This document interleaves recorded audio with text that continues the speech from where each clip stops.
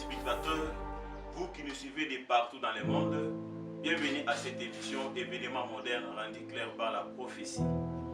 28 février 1963, 28 février 2022, 59 ans déjà depuis que cet ange était apparu au prophète de Dieu William Marion Branham dans un signe mystérieux appelé Nuée de gloire au nord de Tucson, en Arizona, à la montagne du soleil couchant, aux États-Unis d'Amérique. Plusieurs activités, conférences, débats, concerts, fêtes, enseignements sont organisés dans les assemblées du message du temps de la fin pour commémorer cet événement. Quel est l'impact de la nuée de gloire dans l'église du message du temps de la fin? Pour répondre à cette grande question, nous recevons aujourd'hui dans notre émission des pasteurs Saint-Jean Kilombo, responsable de l'église Goël Tabernacle, ici à Kinshasa, dans la commune qui porte le même nom. Bonjour pasteur. Bonjour monsieur le journaliste. Vous portez très bien? Très bien, par la grâce du Seigneur. Merci pour avoir accepté de répondre à notre invitation. Merci beaucoup.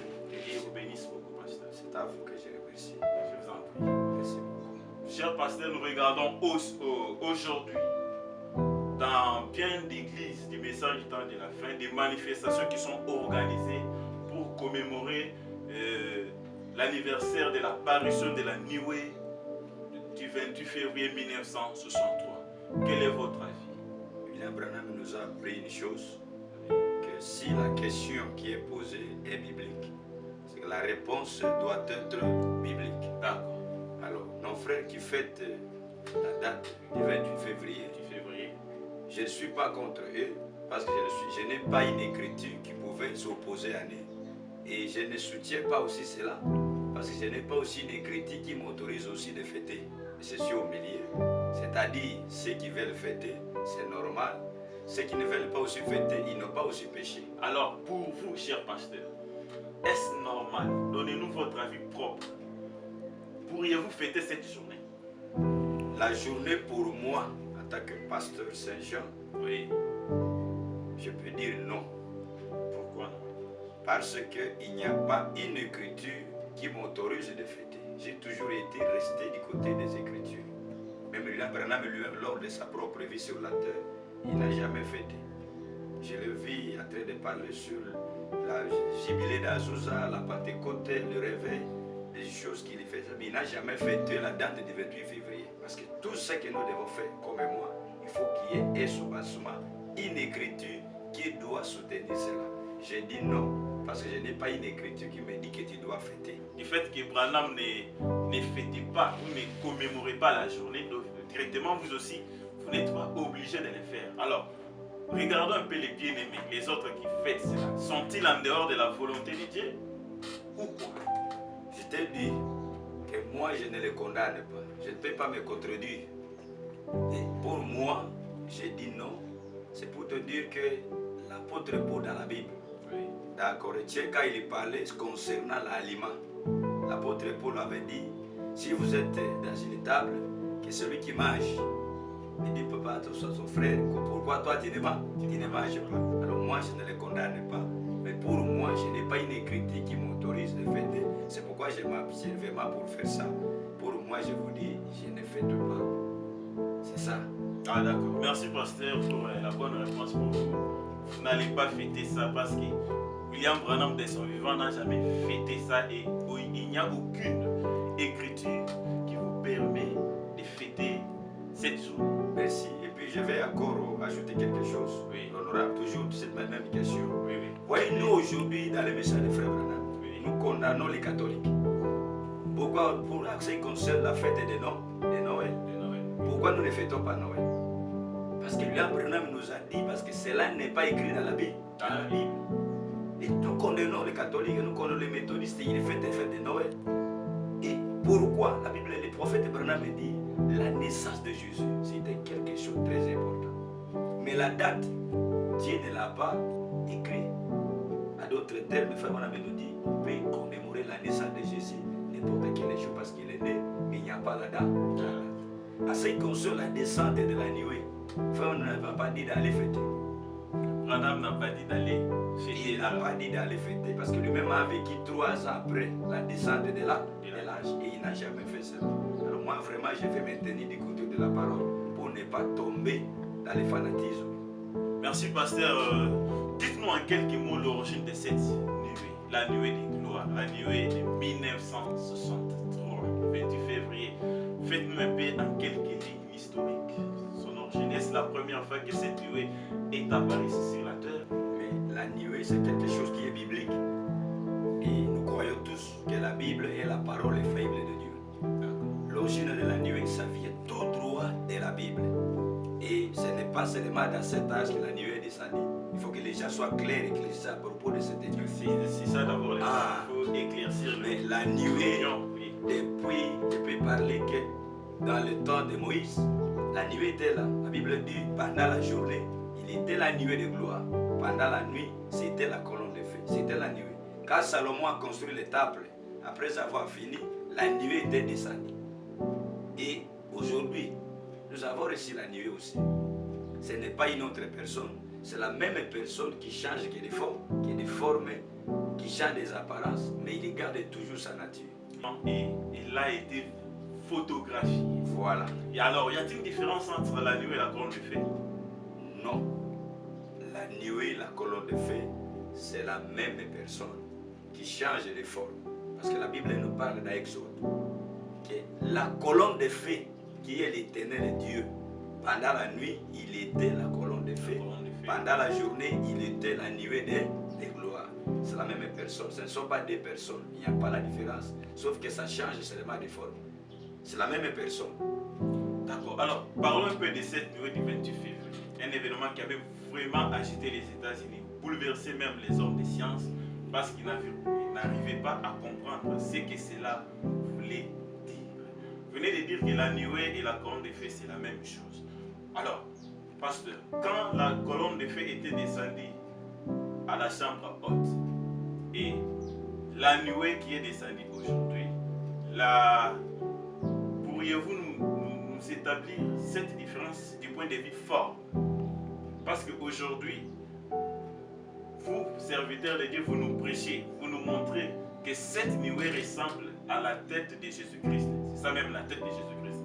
Alors, la colonne de feu qui était descendue là, à la chambre haute, avait aussi quelle forme? Selon les Écritures, vous pouvez nous donner la forme qu'avait cette colonne de feu. Merci beaucoup, messieurs les journalistes, pour votre question. Oui. Vous savez que j'ai commencé au début, je vous ai dit que dans tout ce que Dieu fait, il faut qu'il y ait des Écritures. Oui. Quand je vous soutiens que la colonne de feu et la nuée, c'est la même chose, je ne suis pas un néo des Écritures. Parce que la Bible qui le parle. Pendant la nuit, la colonne de feu, pendant la journée, la nuée de gloire. La colonne de feu qui était descendue les jours de la Pentecôte, c'était conformément selon la parole. C'est Dieu qui a promis à Joël que dans les derniers jours, je répandrai mon esprit. Et tu peux lire ça dans Actes des Apôtres. C'est comme ça que la Bible parle.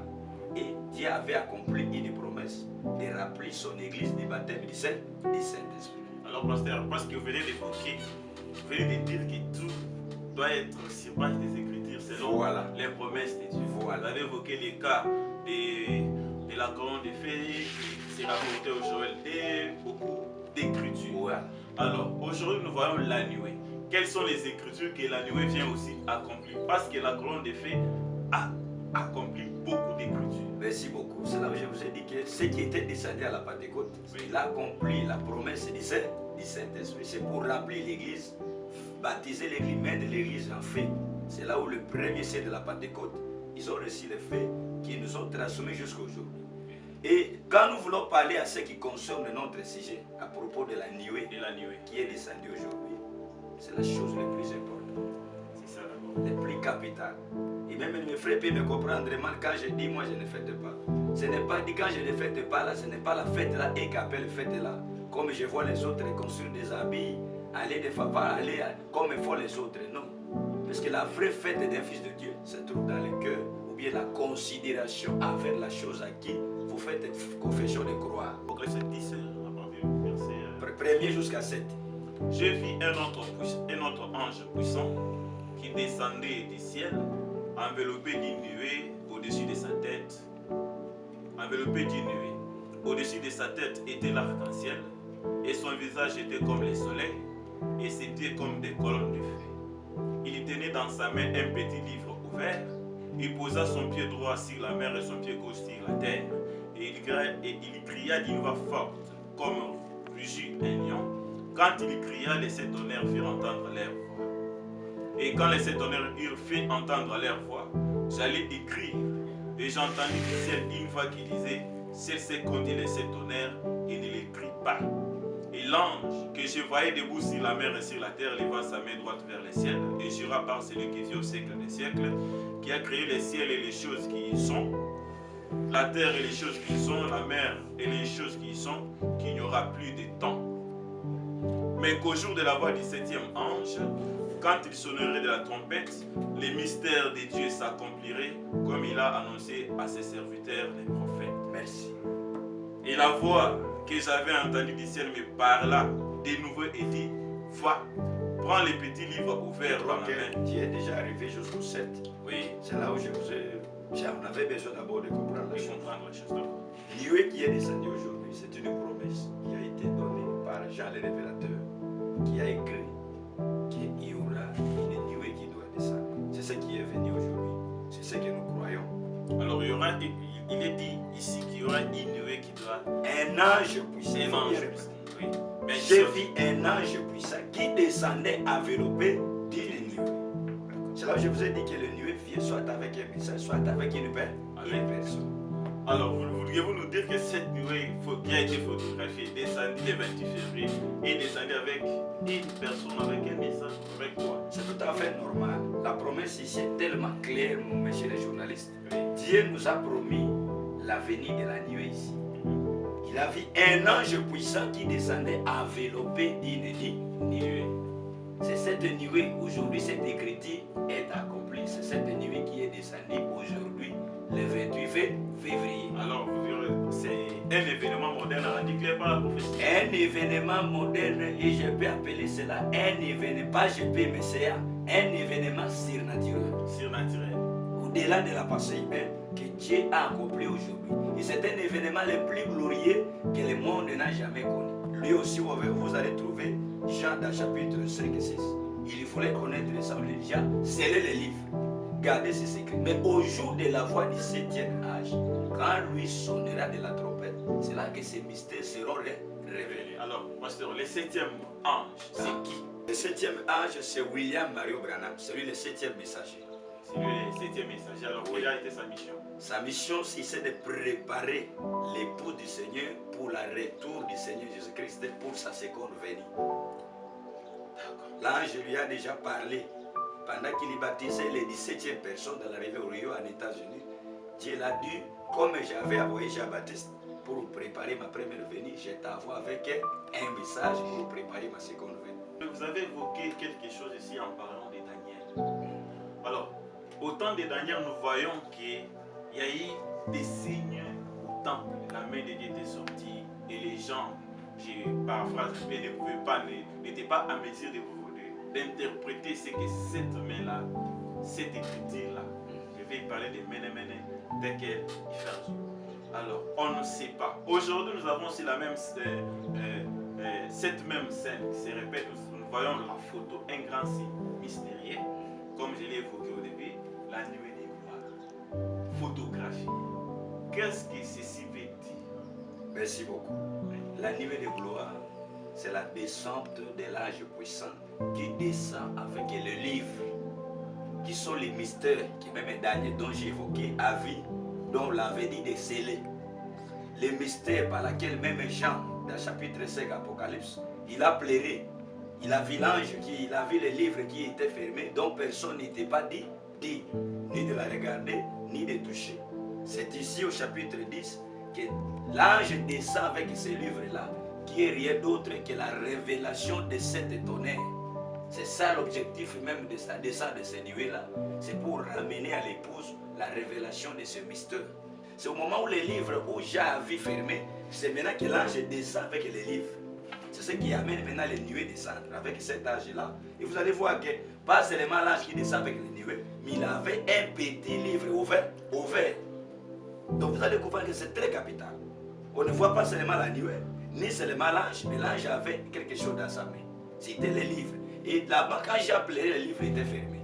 Mais ici, dans le chapitre 10, les livres étaient déjà ouverts. Et il descend avec cela. Et l'ange là qui descend, c'était Christ. Il est l'ange céleste. Et au moment qu'il lui descendait, il s'adressait au 7e messager. C'est-à-dire Christ qui descend, lui qui n'a pas prêché, mais il prend les livres pour donner à un ange terrestre, qui est William Marion Branham, le 7e messager. Et lui-même, l'ange J, il leva sa main droite vers les cieux, posa son pied sur la mer, sur la terre, et dit, au jour de la voix du 7e âge, quand lui sonnera de la trompette, tous les mystères de Dieu seront terminés. L'ange vient avec les messages, les livres ouverts, il a déjà révélé, il les remet entre les mains du 7e messager, et lui qui prend cela, il avale, et lui vient nous annoncer ces mystères. Voilà l'objectif de descente de l'ange puissant. C'est la chose la plus glorieuse. C'est pourquoi très glorieuse. La plus glorieuse, plus que... Oui, je peux vous dire une chose. Oui. La plus glorieuse, plus que tout ce qu'on peut imaginer. Plus que ce que Pierre et Jean avaient. Plus que Pierre, plus que Paul, plus que tous ces grands prophètes de la Bible. Alors, parce que ce livre ici, oui, même Daniel a pleuré. Et l'ange a dit à Daniel, cachez ces choses, gardez les secrets, toi vas à paix, ceci est resté jusqu'au temps de la fin. Tous ces gens ont désiré. Jean aussi a pleuré. Alors, Jean a pleuré. Ah. Alors pourquoi Jean pleurait? Parce que le livre était fermé et personne n'était pas digne. Personne n'était pas digne. Alors, vous venez de dire que nous, ces messages ont reçu quelque chose de plus glorieux. Plus glorieux. Plus que ce que Jean avait. Plus que Jean. Ce que Pierre et Paul avaient. Parce que ce sont les premiers apôtres. Oui, les premiers à recevoir même les Saint-Esprit. Les fondements. Alors, pourriez-vous nous donner la différence qu'il y a entre ce que nous avons reçu en ces temps, ce que les messagers prophètes ont reçu en ces temps, ce que les autres, comme Paul et les apôtres, je vais parler des apôtres, ont reçu? Y a-t-il une différence?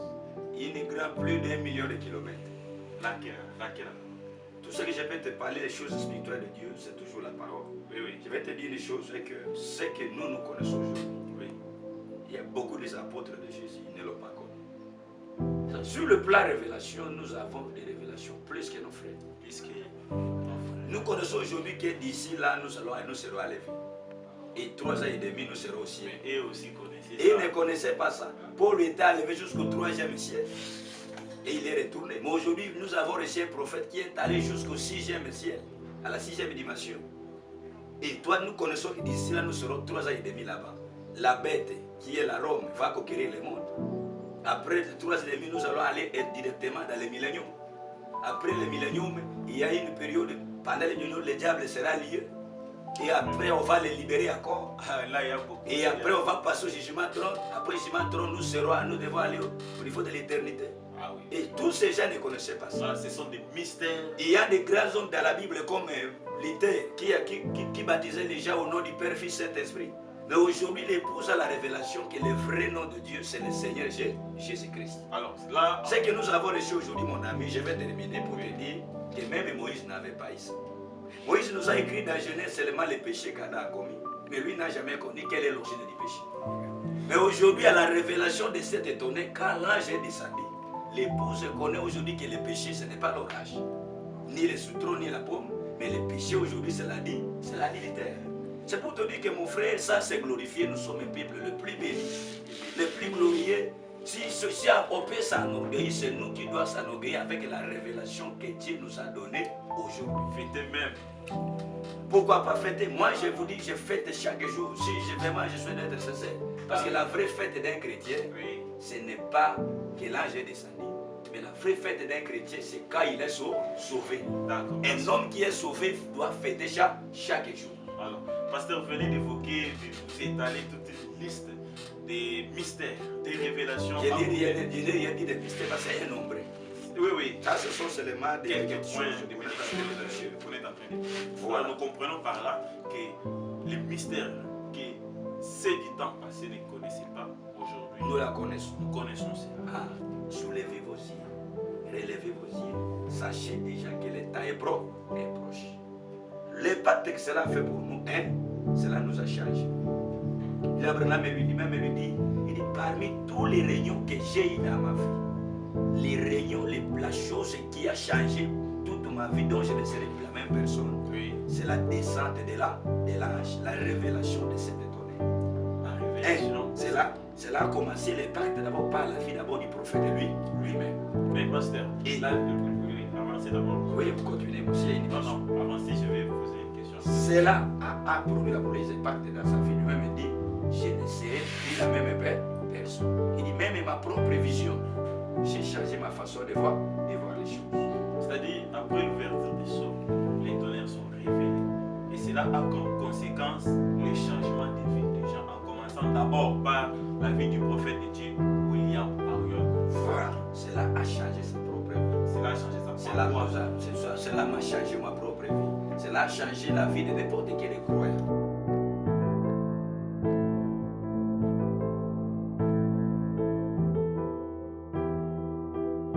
Dénomination, dans toutes ces églises, la dénomination catholique, n'importe où seul l'église révèle. C'est d'abord nous faire sortir de là pour nous rassembler, pour que nous soyons appelés les beaux et tous.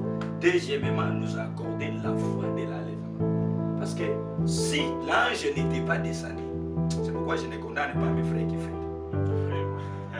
S'ils veulent fêter, je ne les condamne, pas. Parce que vraiment, l'ange, c'est la victoire de l'épouse. Si l'ange n'était pas descendu, l'épouse n'aura pas son message. Et c'est la révélation de cet tonnerre qui donne la capacité à l'épouse d'avoir la foi d'être enlevée. Parce que la foi de l'enlèvement se trouvait dans le cet tonnerre. Alors, et là, Abraham il parle de la 7 ans de l'église. Oui. Il dit le messager de la Odyssée, le 7e messager, il aura des travaux. Premièrement, selon Malachie 4. Deuxièmement, selon Luc 17. Selon Apocalypse 17. Pardon. Selon Malachie 4, il devrait d'abord ramener le cœur des enfants à leur père. Et selon Apocalypse 17, il devait révéler les mystères.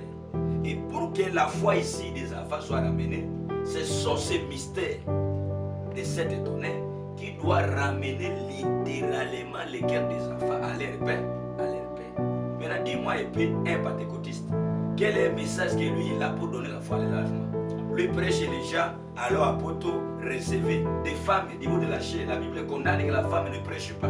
Mais la femme prêche, elle est comme l'apôtre Paul dit que des morts qui transmettent la mort. Alors, il y a une question qui me vient à l'esprit, pasteur. Dans les messages, les bien-aimés du message disent que ce sont eux qui ont la vérité. Alors, comment expliquer toutes sortes de divisions qui se remarquent, qui se fait voir parmi les pasteurs dans les églises? Comment expliquer là où il y a la vérité, là où il y a la vérité incontestable, comme vous venez de le dire, là où il y a un véritable réveil, qu'on puisse remarquer les divisions? C'est une bonne question, monsieur le journaliste. Mais vous savez que, croyez-vous que Moïse était serviteur de Dieu à ce jour?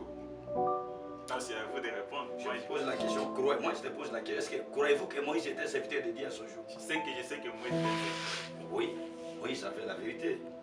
Mais la division n'a pas manqué. Il y a eu Corée et Data qui se sont opposés avec Moïse, lui qui avait la vérité.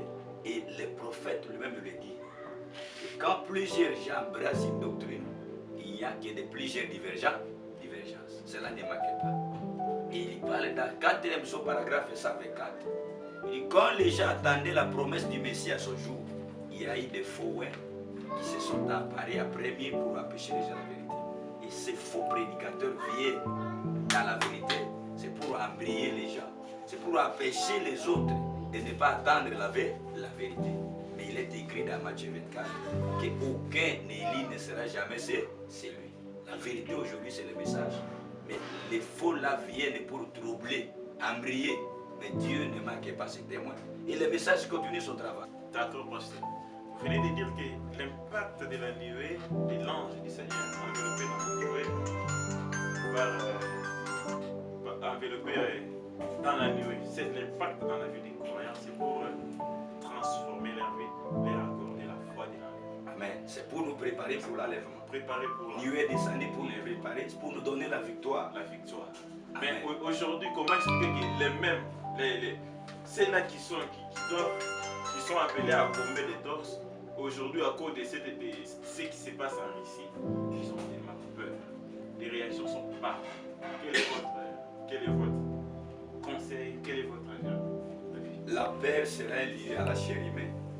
Même notre maître, le Seigneur Jésus, quand il s'est trouvé devant la mort, il a eu paix. Il a dit paix. Si c'est d'accord, ôte ses coups, c'est la paix qu'il a poussé de prier pour enlever la mort. Mais toutefois que ta volonté soit faite. Alors parlant des humains, tout le monde a peur de la mort. En commençant par Jésus lui-même. Alors si nos frères en Ukraine ils ont peur, c'est l'humain. Même ceux qui sont ici au Congo. Même au Congo, c'est l'humain qui produit la paix. La paix. Alors, quel est mais nous ne sommes pas là pour avoir paix. Mais nous sommes censés fixer nos yeux sur les promesses de Dieu et continuer à nous consacrer, à nous abandonner, à demander à notre Dieu sa grâce qu'il accomplit sa promesse. Le prophète nous a dit que l'épouse ne passera pas à la tribulation. Ce qui se passe à l'Ukraine, je crois, c'est la 7e vision. Abraham avait vu l'explosion des États-Unis. Il a regardé, c'était seulement les films. Il faut même me dire que avant que cela arrive, l'épouse doit quitter la terre. Comment avoir paix? Alors l'épouse doit notre souci se calmer. C'est de réclamer la promesse. Seigneur, accomplis ta promesse. Comme les enfants d'Israël qui étaient en Égypte. Leur prière, c'était que Dieu accomplisse ce qu'il avait promis. Ce n'est pas nous trembler parce que même notre paix ne peut jamais modifier la décision de Dieu. Au contraire, nous devons toujours nous consacrer, gêner et prier pour dire à Dieu qu'il accomplit sa parole. Alors, pasteur, merci. Vous avez beaucoup parlé. Vous êtes vraiment entré dans la profondeur de ce que nous voulions que vous exprimiez. Et je vous rappelle que nous sommes avec le pasteur Saint-Jean Kilombo, responsable de l'église Goël Tabernacle, une église du message du temps de la fin, ici à Kinshasa, dans la commune qui porte le même nom. Alors, pasteur, nous sommes vraiment arrivés à la fin. Quel est votre dernier mot? Merci beaucoup, messieurs les journalistes. Je vous remercie surtout pour une question très très importante. Vraiment, ça c'est l'actualité du jour. Mon dernier mot, je dis à tous mes frères que nous sommes au temps de la fin. La nuée est descendue. La nuée, c'est l'ange de l'Éternel qui est descendu avec les messages, comme cela a été promis dans la Bible. Et l'ange lui-même a parlé que quand vous verrez cela arriver, et que le 7e messager sonnera de la trompette, tous les mystères seront dévoilés. Et l'ange a juré qu'il n'y aura plus de temps. Alors, tout ce que je vais vous dire, les amis, ce n'est pas même pas le temps de nous hasarder. C'est le temps où chacun de nous doit élever ses yeux pour voir qu'est-ce qui est au point d'arriver. Parce que les yeux des enfants de Dieu ne sont pas fixés sur les internets et sur le Facebook. Les yeux sont fixés sur la parole. Alors, préparons-nous. Répétez-vous. Tout celui qui n'a pas reçu le Saint-Esprit dans son âme, je vous supplie de recevoir le Saint-Esprit. Parce qu'à bientôt, l'enlèvement. Voilà, que Dieu vous bénisse tous. Préparons-nous, à bientôt, c'est l'enlèvement. Que Dieu vous bénisse. La nuée de gloire et son impact sont réels. Une prédication et une consécration sincère de la part des serviteurs de Dieu, la vie de la parole des croyants ainsi que la foi parfaite va vous amener à recevoir le Saint-Esprit, à vivre les effets bénéfiques liés à l'apparition de la nuée, afin de pouvoir recevoir Christ lors de l'enlèvement et afin de ne plus avoir peur des événements mortels qui se passent en ces temps où nous vivons. Merci pour nous avoir suivis. Je remercie le pasteur Saint-Jean pour son accompagnement. Merci beaucoup. Je remercie notre équipe technique coordonnée par Sylvain, l'ami que j'aime beaucoup. Je vous remercie aussi vous, nos auditeurs, téléspectateurs, je vais dire, qui allez nous suivre, vous qui nous suivez partout dans le monde. Que Dieu vous bénisse beaucoup. Continuez à suivre ce que nous faisons. Vous serez bénis. Abonnez-vous. Partagez ce que nous faisons. Le Seigneur ne manquera pas de vous accorder beaucoup de bénédictions. Que Dieu vous bénisse une fois de plus. Bye.